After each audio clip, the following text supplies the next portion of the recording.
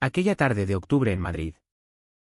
El sol caía perpendicular sobre la Gran Vía y yo vi, desde la terraza del café donde solía refugiarme, como mi mujer besaba a mi socio en la boca. No fue un beso robado.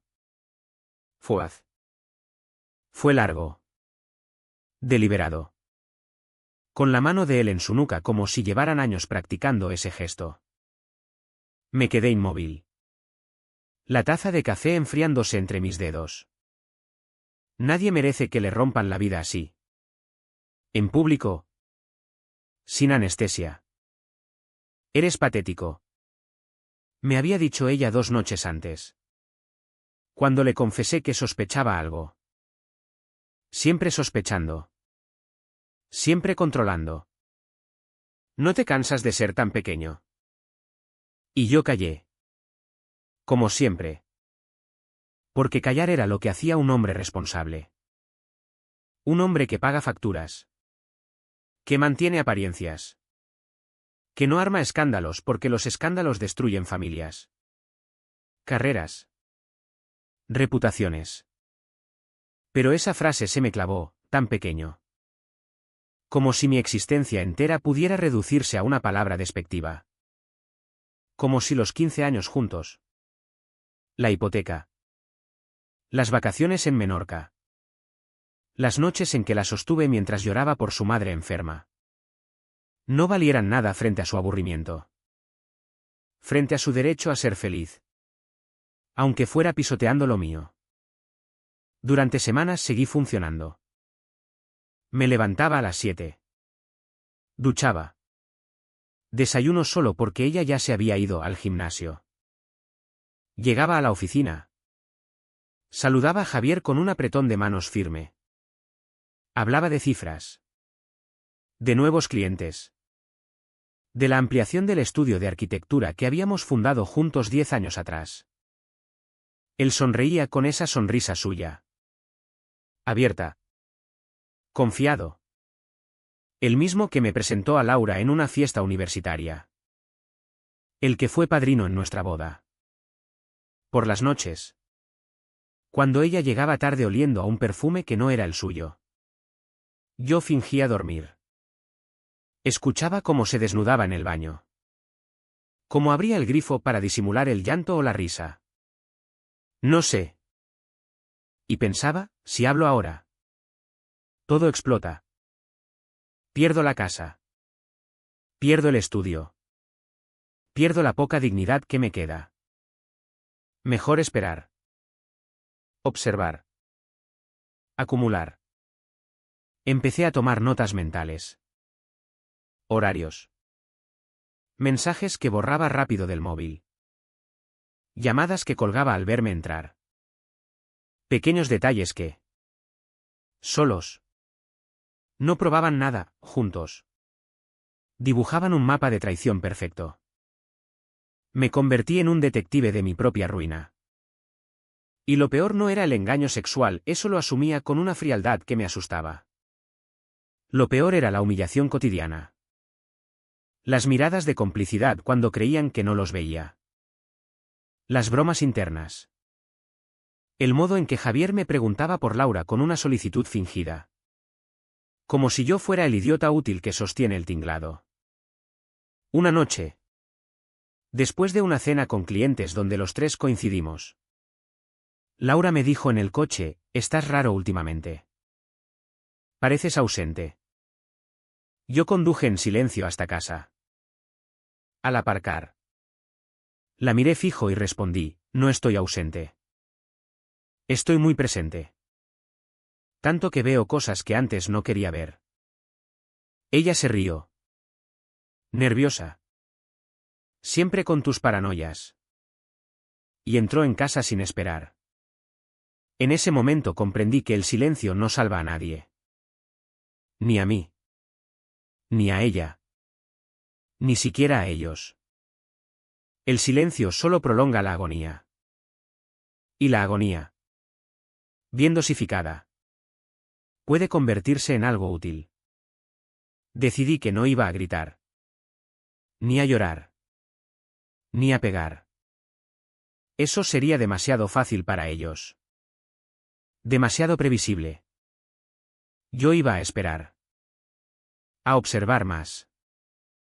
A aprender sus debilidades. Sus miedos.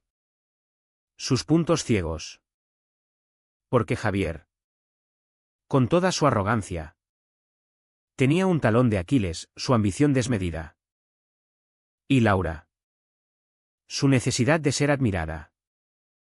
De sentirse viva. Yo conocía esos resortes mejor que nadie. Los había construido. Sin darme cuenta.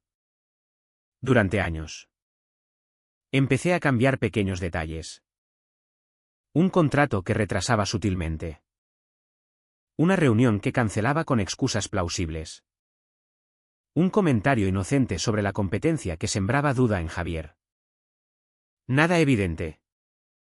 Nada que pudiera señalarse como sabotaje. Solo gotas. Constantes. Pacientes.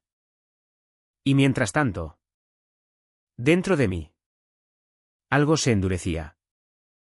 No era odio puro, el odio puro quema rápido.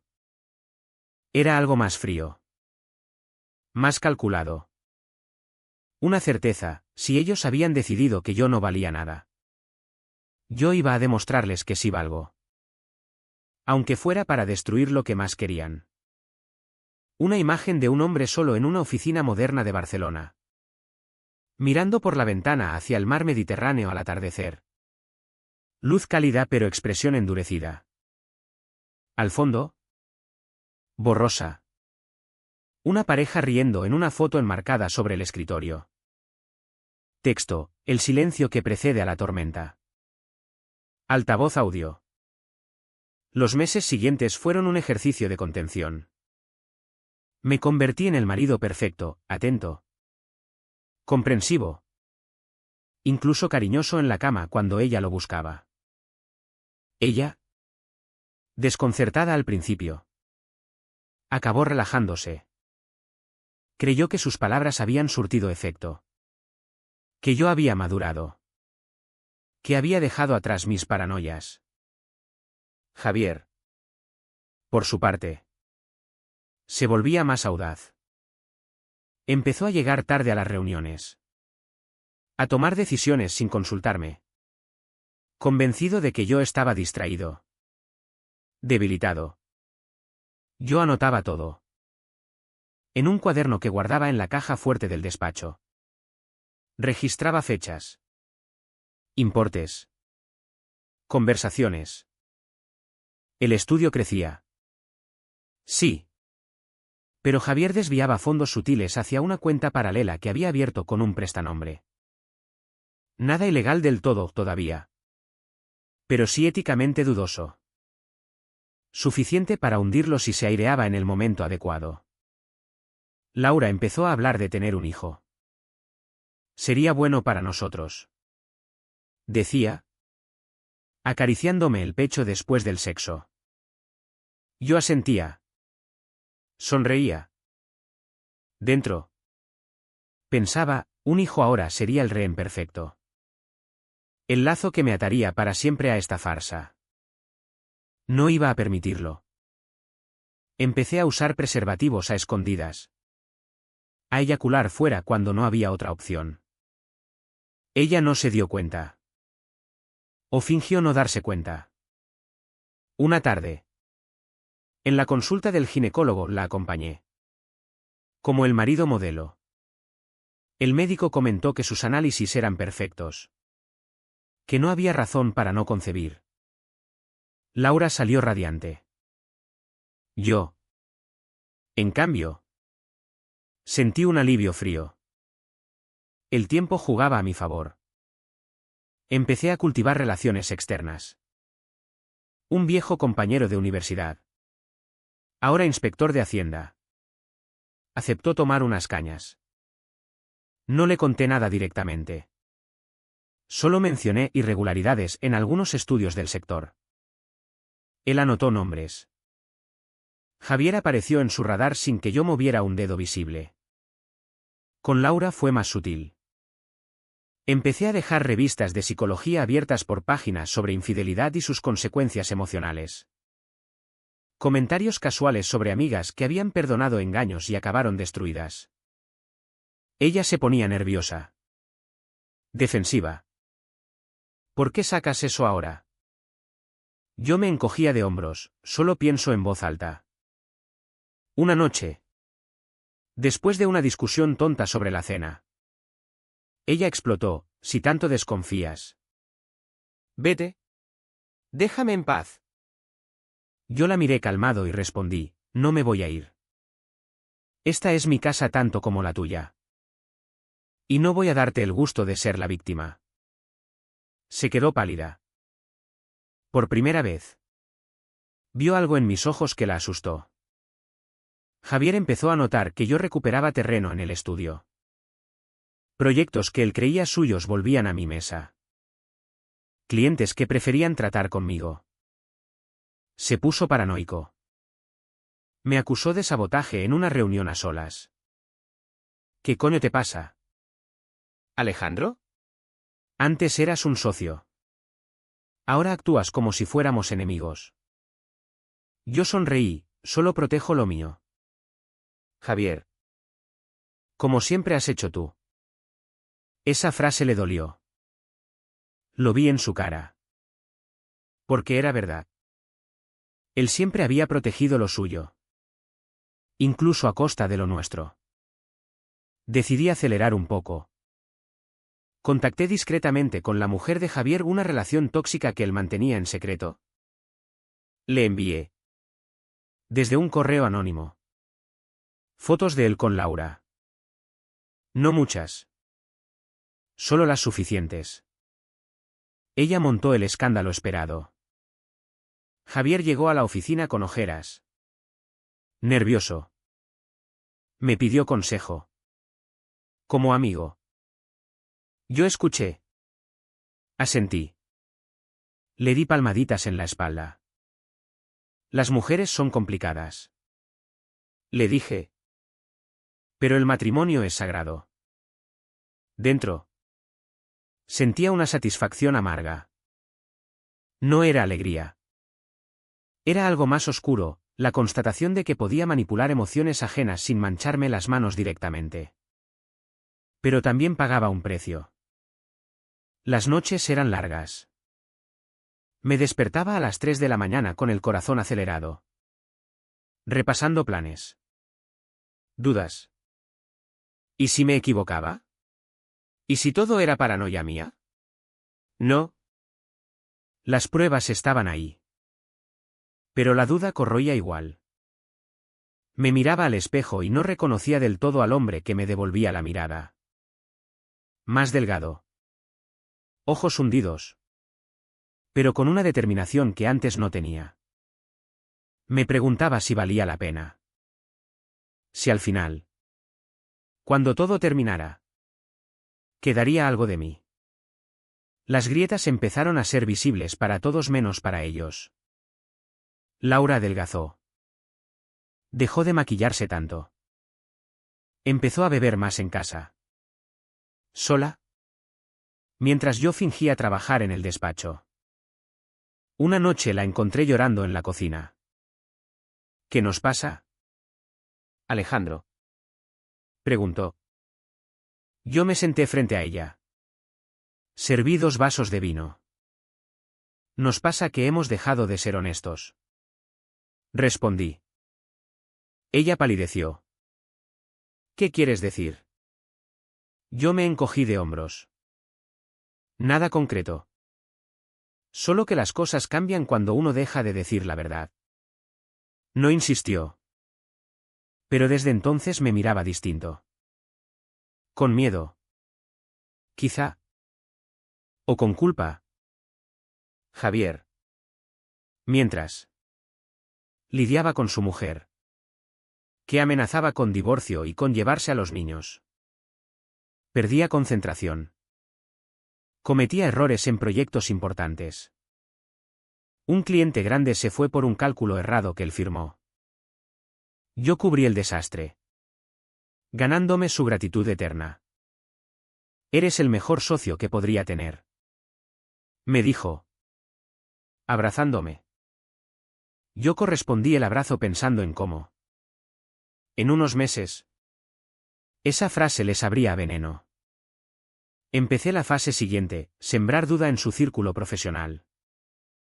Un correo anónimo a la Asociación de Arquitectos mencionando irregularidades en licitaciones donde Javier había metido mano. Nada grave. Solo preguntas. Suficiente para que empezaran rumores. Laura intentó acercarse más. Sexo más frecuente. Más intenso. Como si quisiera borrar lo otro con el cuerpo. Yo participaba. Pero ya no sentía lo mismo. Era mecánico. Observaba su rostro mientras gemía y pensaba en cómo manipular su culpa. Una tarde. Javier me propuso comprar mi parte del estudio. Para que puedas descansar. Viajar con Laura. Empezar de cero. Ofreció una cantidad ridícula. Yo reí. ¿Tan rápido quieres deshacerte de mí? Él se puso nervioso. No. Hombre. Es por tu bien. Decliné. Por supuesto. Y anoté la oferta como prueba de intento de apropiación indebida. Decidí golpear donde más dolía a Laura, su imagen. Ella trabajaba como relaciones públicas en una galería de arte. Empecé a frecuentar eventos. A hablar con sus jefes. A insinuar que estaba pasando por una crisis personal. Nada directo. Solo preocupación de marido. Ella empezó a recibir miradas compasivas. Perdió un cliente importante. Una noche. Explotó. Estás destruyéndome la vida. Gritó. Yo la miré calmado. Yo no hago nada. Solo existo. Si tu vida se destruye. Pregúntate por qué. Se quedó muda. Por primera vez. No tuvo réplica. Javier vino a casa. ¿Borracho? A hablar como hombres. Laura lo dejó pasar. Los tres en el salón. Tensión palpable. Me acusó de sabotear el estudio. Yo negué. Mostré cifras que demostraban lo contrario. Laura. Entre los dos. ¿Callada? Al final. Javier se derrumbó. Necesito que me ayudes. Alejandro. Estoy jodido. Yo asentí. Claro. Somos socios. Cuando se fue. Laura me miró. ¿Por qué lo ayudas? Respondí, porque es lo correcto. Ella no entendió la ironía. El precio que pagaba era alto. Amigos comunes se alejaban. Notando la frialdad. Mi madre preguntó si todo iba bien. Mentí. Las noches de insomnio se multiplicaban. Soñaba con venganzas más violentas. Me despertaba sudando. Me preguntaba si me estaba convirtiendo en monstruo. Pero seguía. Porque parar significaría admitir derrota. Y yo ya había perdido demasiado. Una imagen nocturna en Sevilla. Un hombre caminando solo por el casco antiguo. Sombras largas bajo farolas. Expresión decidida. Al fondo. Un puente iluminado. Texto, cuando la paciencia se acaba. Altavoz audio. Llegó el momento en que las piezas encajaron. Hacienda citó a Javier por irregularidades. No graves. Pero suficientes para una auditoría profunda. Su mujer pidió divorcio formal. Laura perdió su trabajo, la galería reestructuró y ella fue la primera en salir. Ella empezó a derrumbarse. Lloraba a menudo. Intentó confesar. Una noche, Alejandro. Tengo que decirte algo. Yo la interrumpí, no hace falta. Sé lo que vas a decir. Ella se quedó helada. ¿Lo sabes? Asentí. Desde hace meses. Las lágrimas le rodaron. ¿Por qué no dijiste nada? Respondí, porque hablar no cambia nada.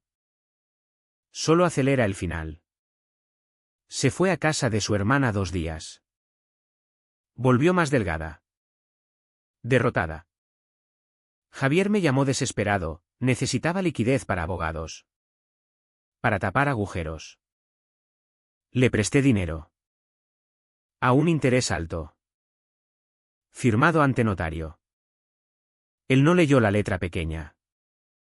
Presenté la denuncia anónima definitiva, pruebas de desvío de fondos.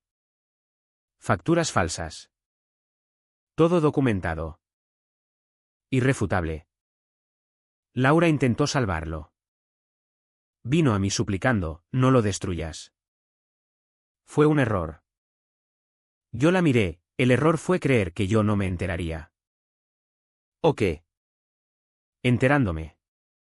No haría nada. Ella sollozó, te odio. Yo respondí, bien. El odio es más honesto que lo que teníamos. Javier fue detenido preventivamente. Corrupción. Malversación. El estudio se disolvió. Yo me quedé con la parte limpia. Recompré acciones a precio de saldo.